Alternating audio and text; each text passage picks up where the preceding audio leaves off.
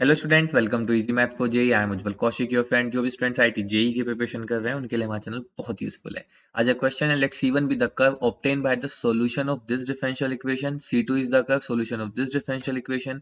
If both the curve passes through 1 1 then the area enclosed by the curve C1 and C2।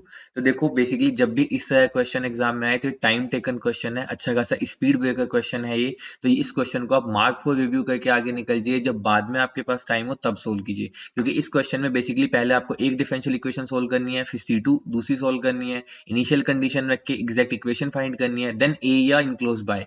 तो application of integral भी इन्होंने इस question में include कर दिया है। तो मल्टीपल कॉन्सेप्ट लेके क्वेश्चन आया, ऑब्वियसली टाइम टेकन क्वेश्चन होगा, तो ऐसे क्वेश्चन को मार्क फॉर रिव्यू कीजिए और अपने एग्जाम में बाद में टैकल कीजिए।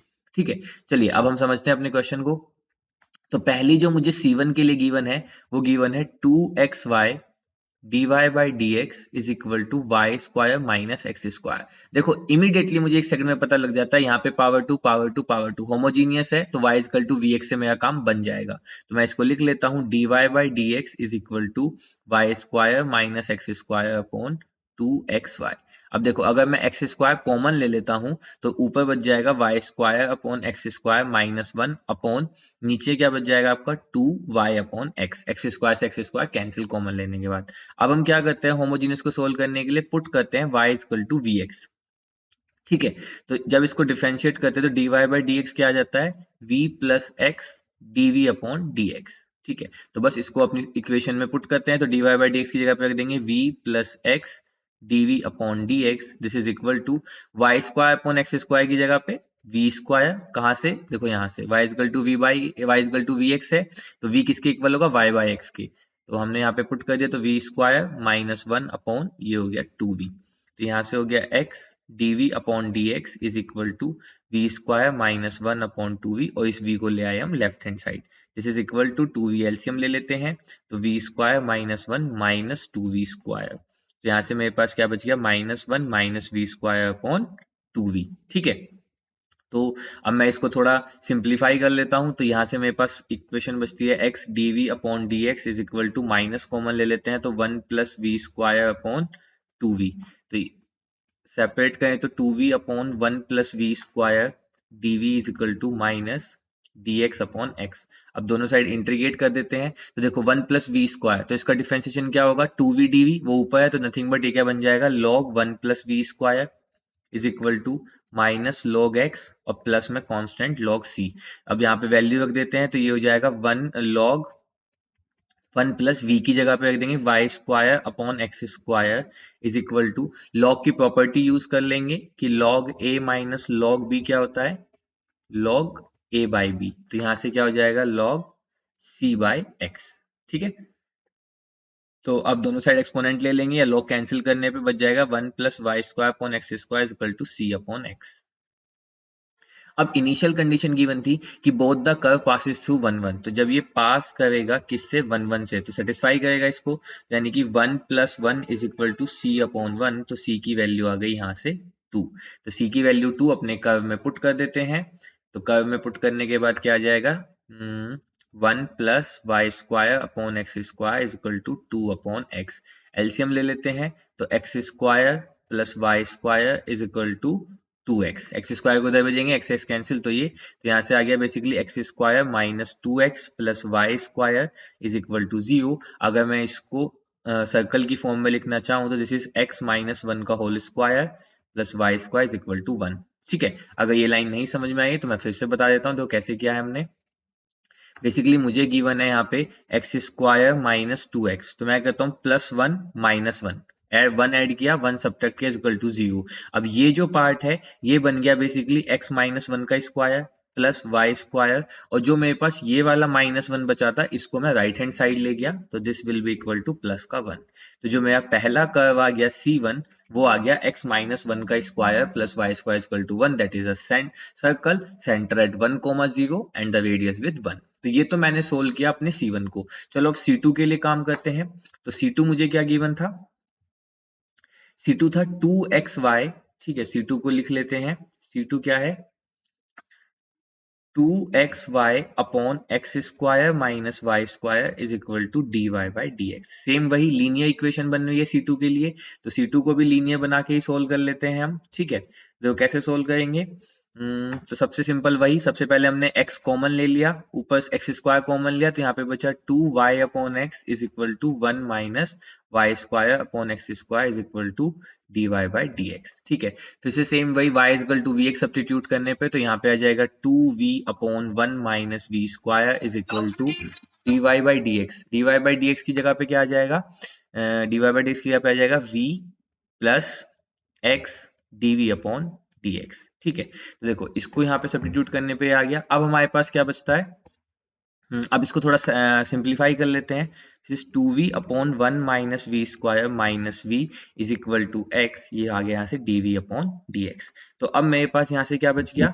अगर मैं एलसीएम ले लेता हूँ 1 माइनस वी स्क्वायर, ठीक है, 1 माइनस वी स्क्वायर, तो यहाँ पे हो जाएगा 2v माइनस v प्लस का v cube is equal to x dv upon dx। ठीक है, तो अब ये बच गया v plus v cube upon 1 minus we square is equal to x, यहाँ से आ गया dv अपॉन dx। तो अब देखो बहुत सिंप्लीफाई है, इसको थोड़ा सेपरेट कर लेते हैं। तो v की टर्म को v की तरफ ले जाते हैं, तो 1 minus we square upon v common ले लेंगे, तो v plus we square, sorry 1 plus we square, v common लिया तो 1 प्लस वी स्क्वायर, और फिर इधर ये dv is equal to dx के लिए क्या बच गया? dx upon x। ठीक है, हमारे पास क्या बच गया? देखो ये जो v वाली टर्म थी इसको राइट हैंड साइड ले गए, तो dx अपॉन x। अब दोनों साइड क्या कर देते हैं? इंटीग्रेट कर देते हैं। अब देखो 1 माइनस वी स्क्वायर गिवन है, तो मैं 1 माइनस वी स्क्वायर को ये लिख सकता हूँ 1 plus we square minus 2v square. ठीक है, v स्क्वायर को बेसिकली लिखेंगे तो यही बच जाएगा अपॉन में v, और यहाँ पे हो गया 1 plus we square dv is equal to dx upon x। ऐसा देखो मैंने क्यों किया? अब अगर मैं इसको सेपरेट कर दूं तो यहाँ पे बच जाएगा 1 अपॉन वी dv माइनस 2 बाहर, तो यहाँ पे बच गया v स्क्वायर, तो v से कैंसिल, तो बेसिकली मेरे पास क्या बच गया यहाँ से? v upon 1 plus we square. ठीक है, 2 को अंदर ही लिख लेते हैं क्योंकि वही उसका क्या है? डिफरेंशिएशन है। This is equal to dx upon x। अब देखो इंटीग्रेट करेंगे 1 अपॉन v का log v minus 1 plus we square का इंटीग्रेशन ऊपर ही गिवन है, तो ये हो जाएगा log 1 प्लस वी स्क्वायर।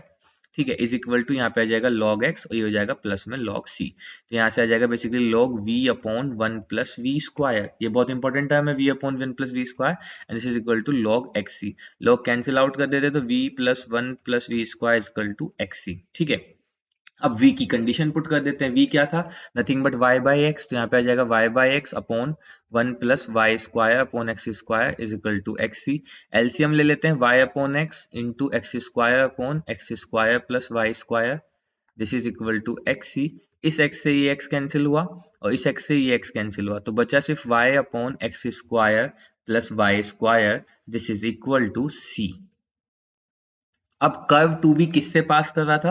1, 1 से पास कर रहा था, तो ये हो जाएगा basically 1 upon 2 is equal to c। तो c की वैल्यू कितनी आ गई? हाफ पुट कर देते हैं, तो y upon x square plus Y square is equal to half, तो 2y is equal to X square plus Y square, तो x square plus Y square minus 2y is equal to 0, और इसको हम circle form में लिखेंगे तो ये हो जाएगा y माइनस 1 का square is equal to 0, sorry 1। तो ये आ गया मेरा कर्व C2।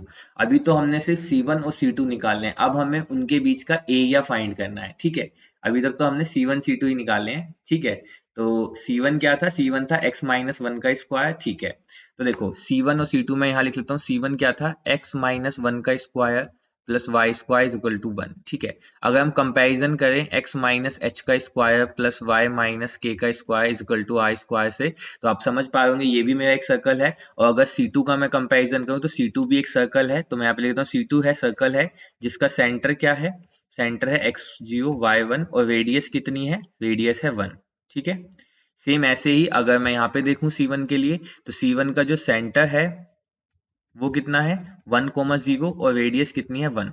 तो चलिए अब एरिया फाइंड करने के लिए क्या करते हैं? अपने कर्व को ड्रॉ कर लेते हैं। सबसे पहला काम अपना चित्र बना लेते हैं। तो देखो सबसे पहले C1 को ड्रॉ करते हैं। C1 क्या है, सेंटर है 1,0, तो मान लीजिए यहाँ कहीं 1,0 1 रेडियस का, तो बेसिकली ये इसको टच करता हुआ एक सर्कल होगा।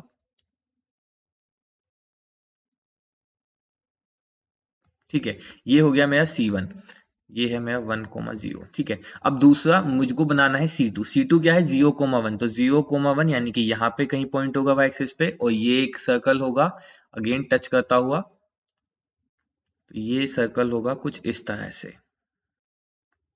ठीक है, तो ये मतलब बेसिकली यहीं से जाएगा। ठीक है, तो ये हो गया मेरा C2, ये है मेरी 0,1। अब इन दोनों से जो इनक्लोज्ड एरिया है, अगर आप ध्यान दें तो मुझे इन दोनों से इनक्लोज्ड एरिया निकालना था, तो वो इनक्लोज्ड एरिया क्या होगा, नथिंग बट दिस, यही होगा मेरा इनक्लोज्ड एरिया। मुझे इस एरिया, इस जो मैंने शेडेड रीजन है, मुझे इस शेडेड रीजन का एरिया निकालना है। देखो अब बहुत सिंपल सी चीज है, एक बात मुझे बहुत क्लियरली विजिबल है कि ये जो इनका इंटरसेक्शन पॉइंट होगा ये 1,1 होगा। कैसे, आप सेटिस्फाई करा के देख लो। अगर आप यहाँ पे इस वाली इक्वेशन में सेटिस्फाई कराते हैं 1,1, तो इसको सेटिस्फाई दो, 1 - 1 0, 1 का स्क्वायर 1 सेटिस्फाई कर रहा है। सेम इसी तरह से इसमें कराते हैं, तो 1 का स्क्वायर 1, 1 - 1 0, तो इसको ही सेटिस्फाई कर, तो ये पॉइंट हो गया 1,1। तो बेसिकली ये मैं एक लाइन ड्रॉ कर सकता हूं इन दोनों पॉइंट से पास करती हुई। ठीक है, अब ये तो था मेरा ओरिजिन 0,0, ये 1,1, तो यानी कि ये किसकी लाइन है, nothing but y equal to x की लाइन है ये मेरी। अब मुझे इसका एरिया निकालना है, और ये मुझे बहुत क्लियरली दिख रहा है कि y इक्वल टू x जो इसको सिमेट्रिकली दो पार्ट्स में डिवाइड कर रहा है। तो अब देखो इसको, इसका एरिया निकालने का तरीका, अगर आप area enclose by curve strip के थ्रू जाएंगे, कि हम इसमें अगर मान लीजिए वर्टिकल स्ट्रिप चलाते हैं, upper curve minus lower curve, तो दोनों ही क्वाड्रेटिक इक्वेशन है, सोल्व करना, इंटीग्रेशन सोल्व करना थोड़ा कॉम्प्लिकेटेड हो जाएगा। तो यहाँ पे ऑब्वियसली एग्जामिनर ने इतना बड़ा भी क्वेश्चन नहीं बनाया होगा कि अब हम दो बार जो सेकंड ऑर्डर की इक्वेशन मुझे गिवन है, जो सर्कल की इक्वेशन की, उसको मैं डबल इंटीग्रेशन करूं सेकंड ऑर्डर में क्वाड्रेटिक में। तो इसका दूसरा तरीका क्या होगा, देखो बेसिकली यहां से यहां तक का जो ये पॉइंट है, इसकी हाइट कितनी है 1, और इसकी हाइट भी कितनी है 1। ठीक है, और अगर आप ध्यान दें, ठीक है, अगर आप ध्यान दें तो मैं आपके लिए इस वाले, अगर आप इस पोर्शन को देखें, अगर मैं इसको मिला देता हूं, ठीक है, तो अगर आप ध्यान दें मैं इस वाले पोर्शन को इसमें ऐड कर देता हूं, ये जो पोर्शन आया है ये,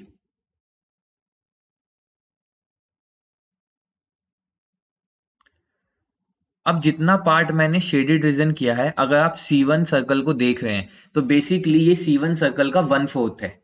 ठीक है, क्योंकि भाई C1 सर्कल का यहां से यहां तक का डिस्टेंस 1 है, यहां से यहां तक का डिस्टेंस भी 1 है, क्योंकि उसकी रेडियस कितनी है 1 है, ये डिस्टेंस भी 1 है, और अगर मैं यहां से इसको मिलाता हूं तो ये डिस्टेंस भी 1 है। तो बेसिकली ये जो लाइन है ये मेरे सर्कल को 4 इक्वल पार्ट्स में डिवाइड कर रही है, और जो मेरा शेडेड रीजन है ब्लू प्लस येलो, वो उसमें से उसका एक पार्ट है। तो यानी कि मैं इसको, जो मुझे मुझे क्या निकालना है, स्काई ब्लू का रीजन निकालना है। देखो मैं कैसे निकालूंगा, मैं कहूंगा required area is equal to, सबसे पहले जो ये मेरा एरिया निकला, ठीक है, सर्कल का जो एरिया मैं यहाँ पे हूँ, सबसे पहले रिक्वायर्ड एरिया नहीं, हम यहाँ पे कहते हैं शेडेड एरिया। ठीक है, तो हम कहते हैं शेडेड एरिया।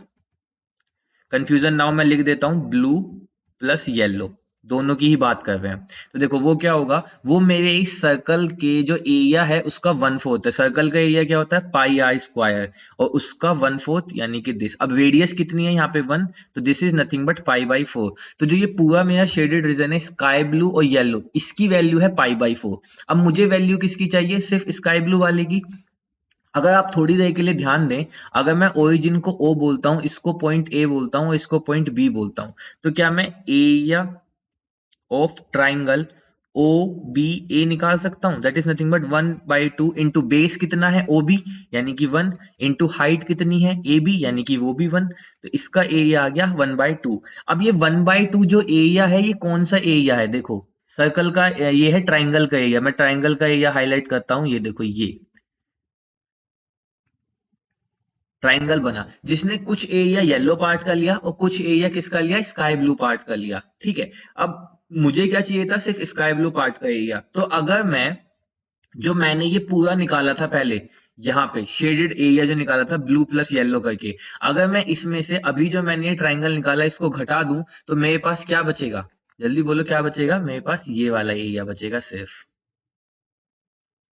ज्यादा यहाँ पे खिचड़ी ना पके, इसलिए मैं आपको ये करके दिखाऊं। अभी मैं इसको हटा देता हूँ, ठीक है। अब आप समझ पाओगे। फिर से एक बार अगर आपको थोड़ी सी भी कंफ्यूजन है, आप डायग्राम को बहुत फोकसली करके देखो। सबसे पहले हमने क्या निकाला, पूरा का पूरा शेडेड रीजन निकाला, जिसमें स्काई ब्लू भी था, येलो था। हमने देखा वो मेरे सर्कल का 1/4 है, तो वो आ गया π/4।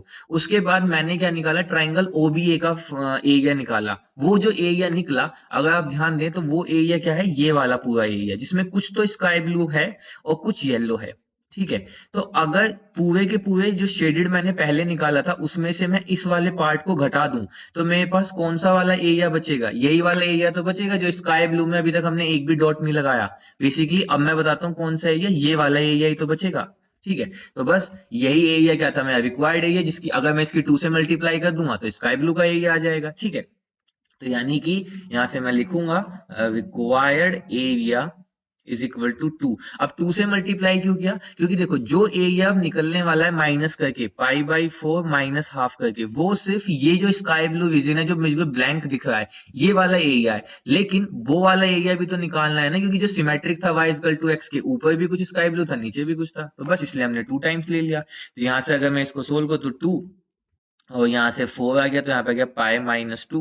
तो बेसिकली कितना आ गया, π-2/2।